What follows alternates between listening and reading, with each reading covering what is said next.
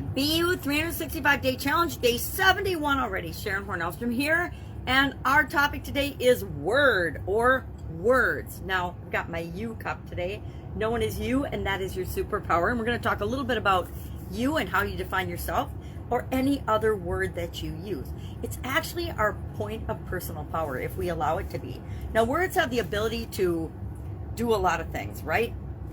Words are our way of communicating to other people anything. Words are our way of describing and understanding things in our own life, both in our personal lives, our business lives, our interaction with other human beings, our relationships. Every area and aspect of our life, for the most part, involves words.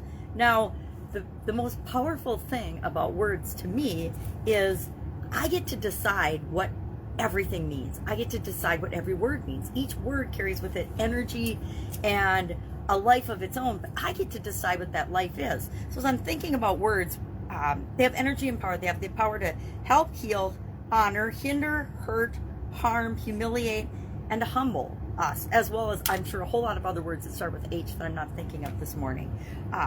The right words make all the difference. Now, I'm going to say 5 words that are extremely powerful and may or may not change everything for you. Your thoughts control your life, period. Whether you believe it or not, our thoughts, which are described in our mind by words and images, when we're communicating with other people, we use words because we can't swap the images with people in our minds to their minds, at least not yet. Maybe someday technologically we'll be able to do that. We won't need words to communicate. We'll just be able to have a thought and someone else will understand the image of our thought, and we'll have actually better communication. Who knows what the future will hold. I don't know that would be better. I don't think I'd want to go around reading people's minds all the time. Or certainly wouldn't want them reading my mind all the time. They'd be like, how do you get anything done with all that craziness going on all the time? So the words in general have a dramatic effect on our life. Now, I just brainstormed a list of words that I know have had a huge impact on me. And some of them I have purposefully redefined in terms of what do they mean to me, because they make my life work better. Let me give you an example.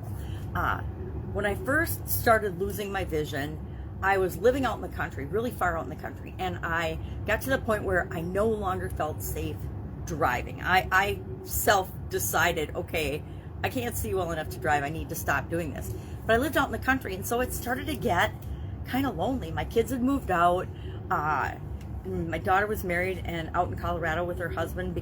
He was becoming a power line lineman, and my son was actually living and helping and taking care of his grandmother, his paternal grandmother. Not my mom, but my ex-husband's mom. And so I was on my own out in the country, and it got kind of lonely. So I decided to redefine lonely. And instead of lonely being a bad thing, I flipped the switch and made it a powerful thing to be alone, because I had time and energy to do the things I'd wanted to do for a really long time and could never do.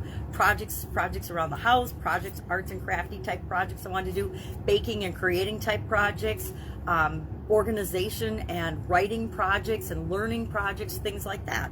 And so I changed the way I defined what lonely meant, and I made it really, really hard, like almost impossible for me to feel lonely. I changed my definition to all these crazy things had to happen in order for me to feel lonely. Otherwise, I was just alone. And there's a big difference, and it feels different to me to be by myself. I actually love being alone and spending time on my own. That's why I like walking out in the woods in nature by myself, or at the state park by myself. My sisters think I'm crazy. I actually love it because it's my quiet time to let my mind work on the things I want to work on and I want to think about. So that's one example. I did the same thing with depression. When I was in my 20s, I had to redefine depression because I was really, really sick and bedridden for a couple of years, and I had to take depression off the table for myself, or I probably wouldn't be here talking to you today. Another word I've changed the meaning of is success, failure. I've changed my definition of those, and if you want to know a trick for that, I may have covered it already in an earlier video, I don't remember, but if I haven't, let me know and we will cover that for sure, because there's an absolute easy trick, five letters, 2 words, that can change everything for you, and it did for me, with respect to how we define success and how we define failure. So depression, failure, lonely, frustration is another one I had to do, because I found myself Actually, I didn't realize it until after I had a sudden cardiac arrest, but I was frustrated all the time. I made it so easy for me to feel frustrated. My definition of frustration back then was anytime anything wasn't going or didn't go exactly how I expected and wanted it to, then I would be frustrated.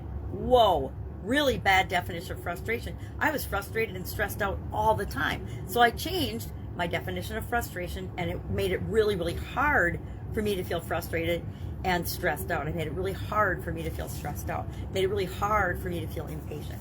So what are some other words that I have my own definitions for? Hope, try, hustle, struggle, greed, trust, honesty, God, pray, yes, no, commit, etc.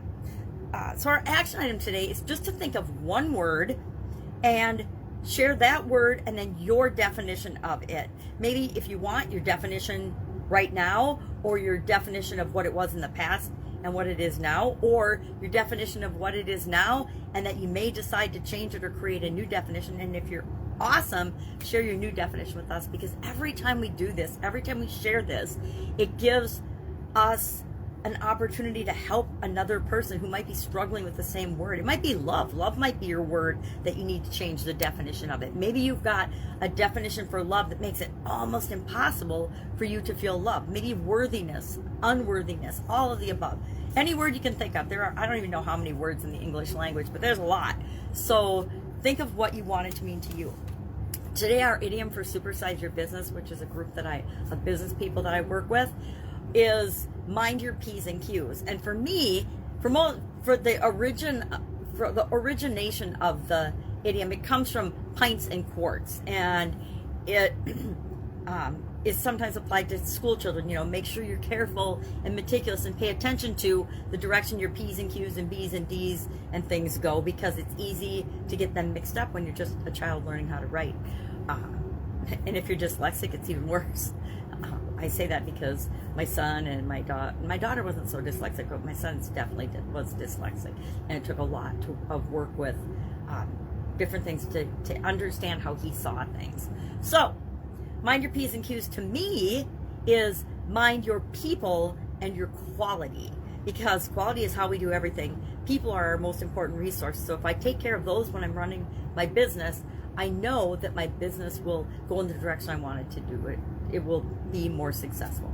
So pick a word, decide what it means to you, define it for yourself, know that you absolutely positively have the power, and you do it anyway. You either make your own definition for words, or you accept other people's definition of words. Now we can go ahead and we can do that, but if we accept other people's definition, we might be harming ourselves or cutting ourselves off from other possibilities. Think of the word prejudice. What does prejudice mean to you versus what does prejudice mean to a politician? What does racist mean to you versus what does racist mean to the media and a politician? What does all the other words that have been being made up in the media in the last 2 years mean to you? What does mandate, right?